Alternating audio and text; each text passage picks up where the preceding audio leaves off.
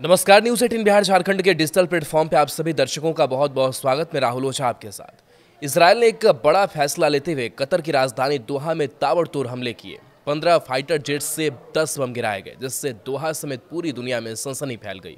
Israeli सेना ने कहा कि हमले हमास की सीनियर लीडरशिप को टारगेट कर किए गए। हम उन्हें जिंदा रहने नहीं दे सकते।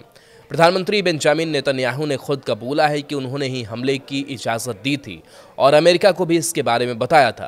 व्हाइट हाउस ने भी इसकी पुष्टि की। पहले कहा गया कि इस हमले में हमास का मुख्य वार्ताकार खलील अल हैया भी मारा गया है, लेकिन बाद में पता चला कि वो अभी जिंदा है। लेकिन इस हमले ने मिडिल ईस्ट में आग और भड़का दी है। जॉर्डन, कुवैत, यूएई, ओमान समेत तमाम मुस्लिम मुल्क आग बबूला हैं और इसराइल को सबक सिखाने की बात कह रहे हैं।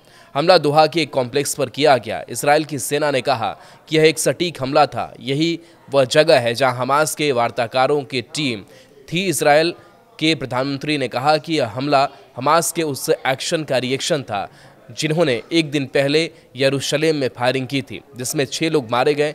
इस हमले में हमास की ओर से मुख्य वार्ताकार खलील अल हैया, जाबर जबरीन समेत कई नेताओं को निशाना बनाया गया।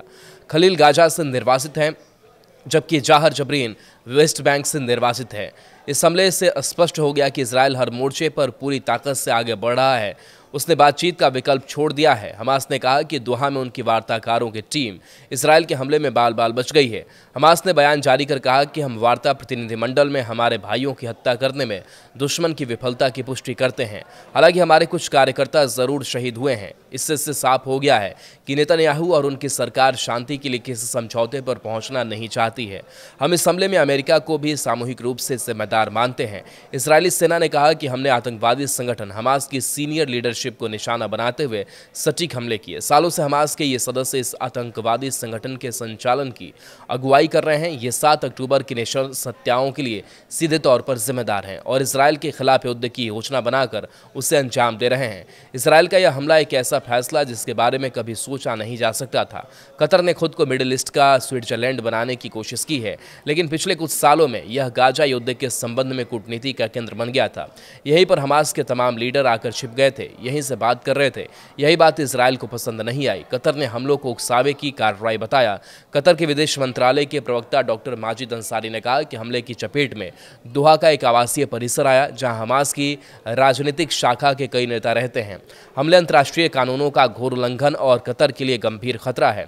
हम इसे बर्दाश्त नहीं करेंगे। व्हाइट हाउस के एक अधिकारी ने बताया कि दोहा में इजरायली हमले से पहले ही ट्रंप प्रशासन को इस बारे में सूचना दे दी गई थी। कतर को अमेरिका के सबसे प्रमुख गैर नेटो सहयोगी के तौर पर देखा जाता है। ऐसे में इजरायली हमले के बाद ये सवाल उठे कि अमेरिका को इसके बारे में जानकारी थी या नहीं, या फिर वह खुद इसमें शामिल तो नहीं था। व्हाइट हाउस ने यह भी कहा कि उसने हमले से पहले ही कतर को बता दिया था।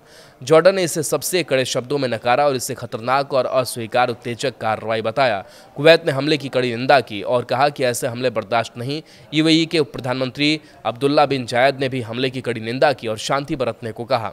ओमान के सुल्तान ने अपने विदेश मंत्रालय के बयान में इसे संप्रभुता का स्पष्ट उल्लंघन बताया। ईरान ने कहा कि कार्रवाई अंतर्राष्ट्रीय कानूनों का गंभीर उल्लंघन है। साथ ही कतर और फिलिस्तीनी वार्ताकारों की संप्रभुता का भी हनन है। इससे क्षेत्रीय और अंतर्राष्ट्रीय समुदाय के लिए भी एक गंभीर चेतावनी के तौर पर देखा जाना चाहिए। भारतीय विदेश मंत्रालय ने कहा कि हमने आज दोहा में इसराइली हमलों के बारे में खबरें देखी। हम इस विकास और क्षेत्र में सुरक्षा स्थिति पर इसके प्रभाव को लेकर गहरी चिंता व्यक्त करते हैं। हम दृढ़ता से संयम और कूटनीति अपनाने का आग्रह करते हैं ताकि क्षेत्र में शांति और सुरक्षा को खतरा न पहुंचे। कतर में हमले से मिडिल ईस्ट में तनाव और बढ़ गया है। कतर वैसे तो अमेरिका को दोस्त है, इसलिए बहुत खराब स्थिति होने की उम्मीद कम है, लेकिन जिस तरह से इजराइल आक्रमण कर रहा है उससे हालात दिन पर दिन बिगड़ते जा रहे हैं। अन्य मुस्लिम देशों में भी असुरक्षा की भावना पैदा हो रही है, जो उन्हें इजराइल के खिलाफ एकजुट कर रही है या आगे विकराल रूप ले सकता है।